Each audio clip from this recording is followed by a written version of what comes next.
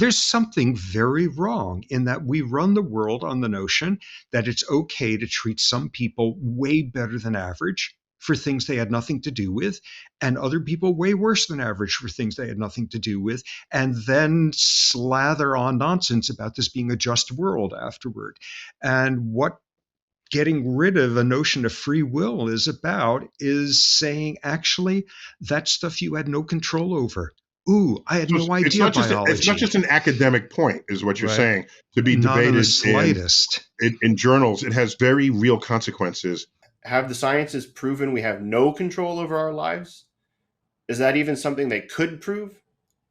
Today, I'll take up these questions by discussing a recent podcast interview of Robert Sapolsky on Neil deGrasse Tyson's StarTalk.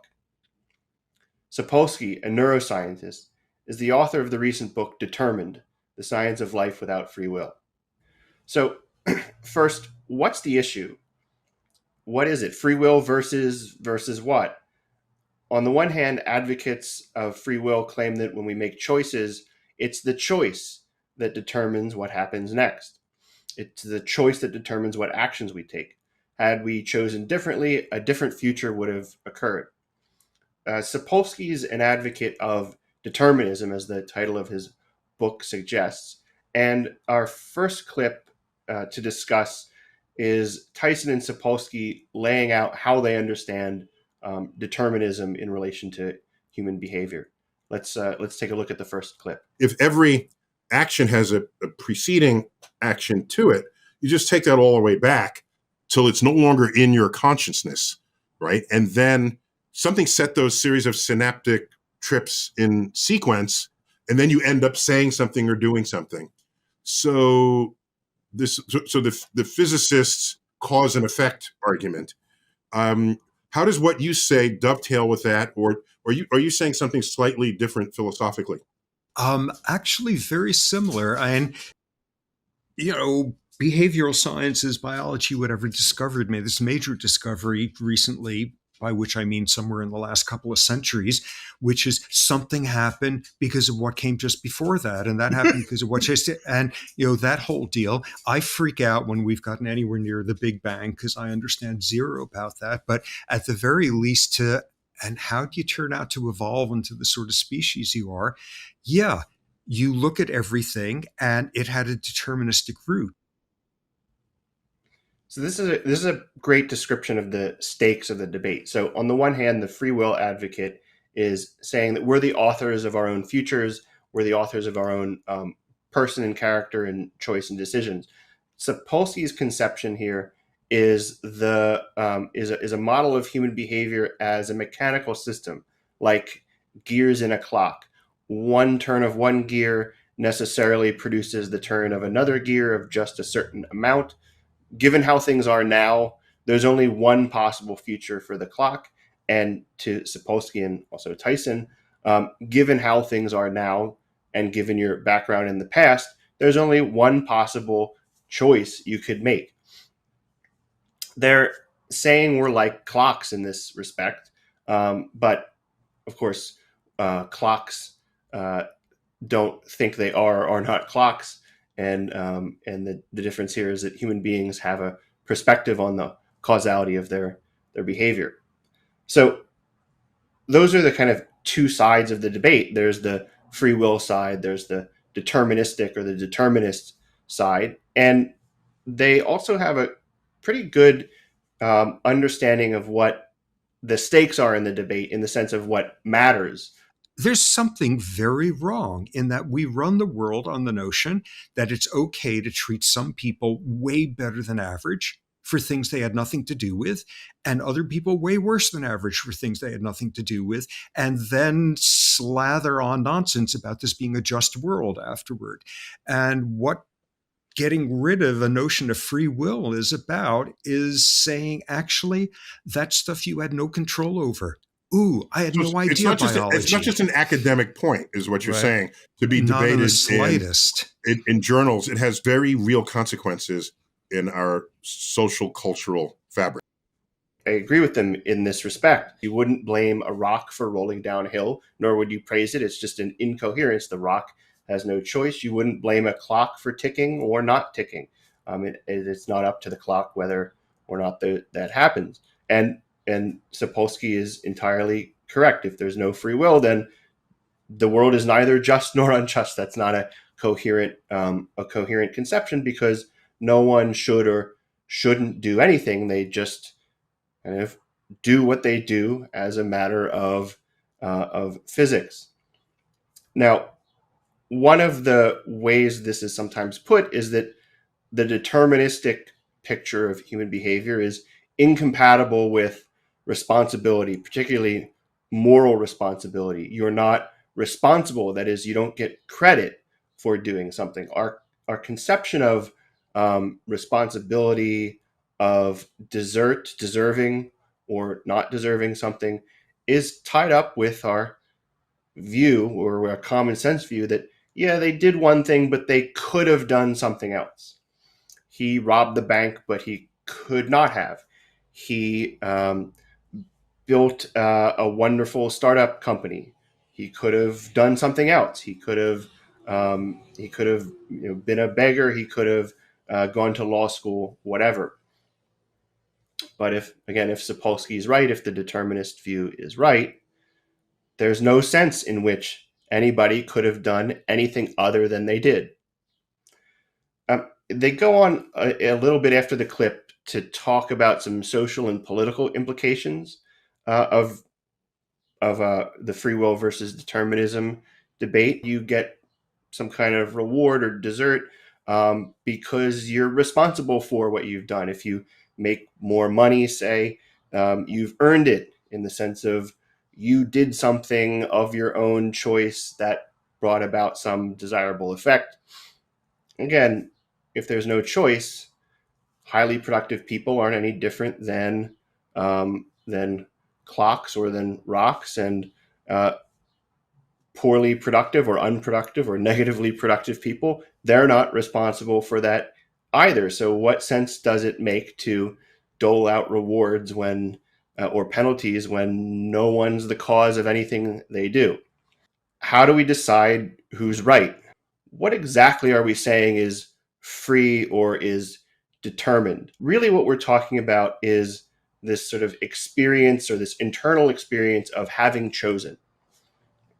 So we have two clips here spliced together to give you a sense of how Sapolsky thinks about this. He's thinking about the internal experience of choice, but he's got a view of what exactly this experience is of that I'm going to take issue with. Philosophically, you can say what you did was predetermined, but the way we experience life, we feel we have free will. And isn't that good enough? No, and not only isn't good enough scientifically, it's an awful thing for how life is for lots of people to believe in free will that isn't there, because you give somebody a sense that they had control over how things turned out. Okay, so something like you pick vanilla instead of strawberry, or what we're caught in there is exactly what you like we're alluding to. You sit there, you make a decision. You have a moment of intent. You're consciously aware of the intent. You know what the outcome's likely to be. Most importantly, you know you don't have to do this. There's alternatives. And that sure seems like free will.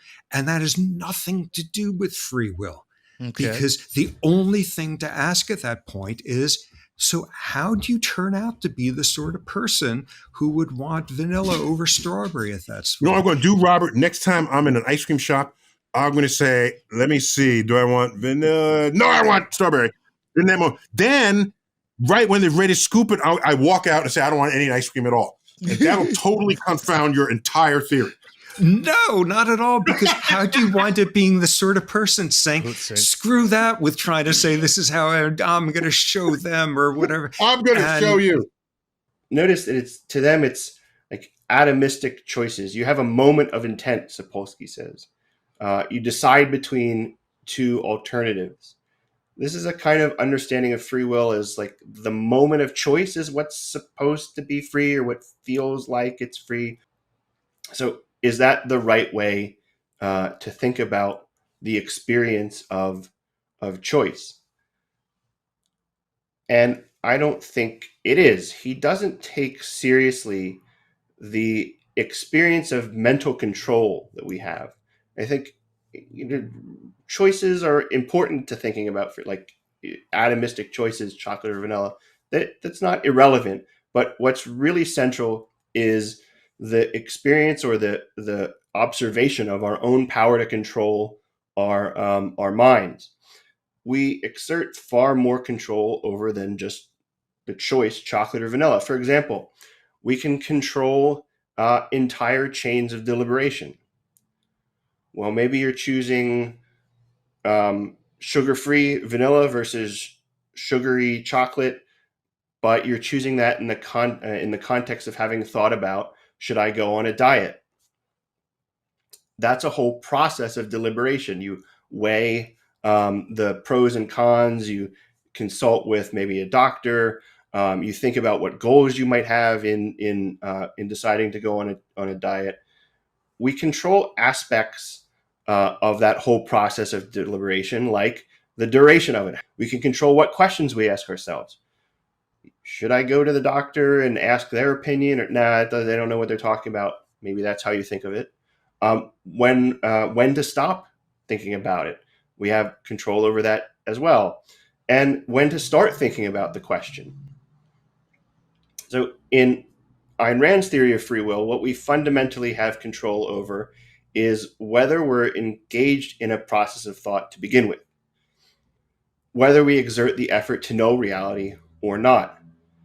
So, of course, chocolate or vanilla type choices only occur within a broader context. And the broadest relevant context is having made this more fundamental choice of, I'm going to engage my mind to think about what's true and what's good for me. When you choose vanilla, maybe it's relevant, but not a determining factor that your grandmother liked vanilla ice cream, and so choosing vanilla brings along with it some pleasant memories or something. Like, that's all part of the context within which you're choosing. But ultimately, the most basic choice is just whether or not to exert the effort to know. So they have a limited conception or a limited understanding of just what is even the psychological phenomenon they're trying to explain away.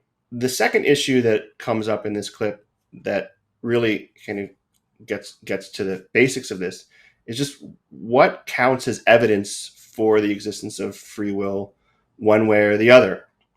By now, the onus is on people saying there's free will, and this is what would falsify all of this. Show me a neuron or a network of neurons or a brain that just did something, and show me that it did that completely free of its history. What's wrong with this? As I said a moment ago, he thinks the introspective awareness of choice is very weak evidence. I think it's decisive.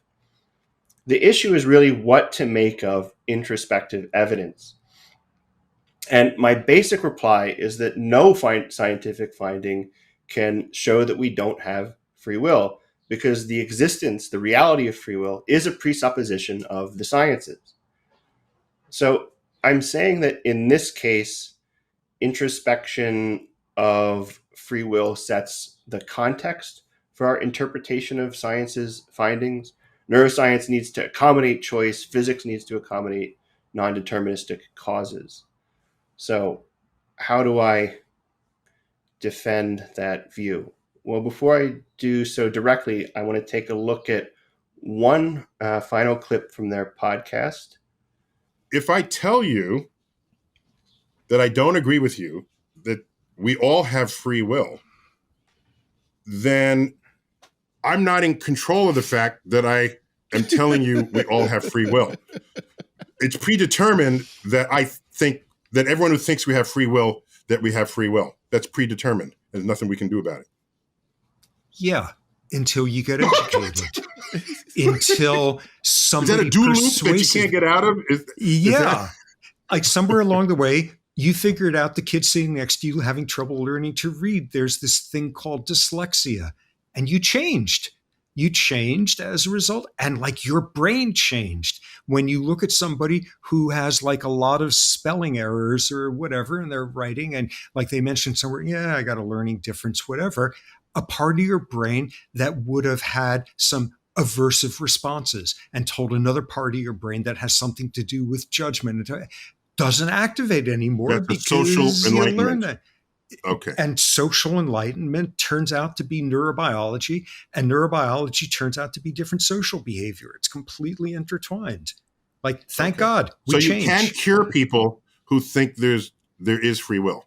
It's Yeah, not their fault. We can. exactly. We pray for their souls, but still.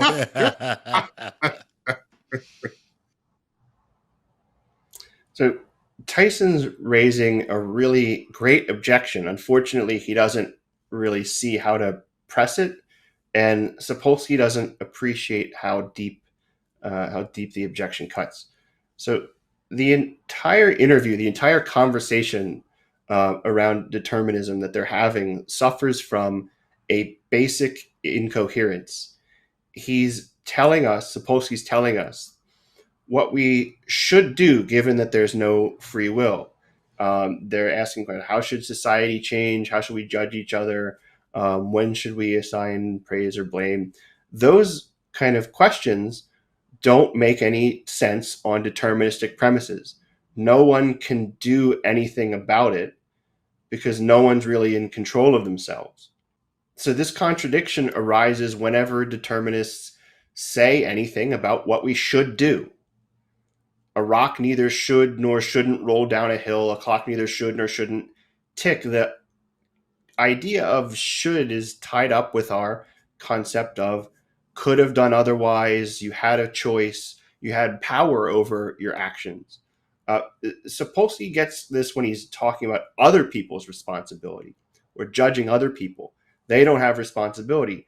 But what should you believe with respect to free will? A determinist can't really say. He's not in a position to know whether his theory corresponds to reality or not, because on his own theory, he'd believe it regardless of whether or not it's true. Knowledge talk, terms like true and false, know, don't know, that is also a kind of responsibility. It's a responsibility with how we think about things, how we assess evidence, how we reach judgments of the truth.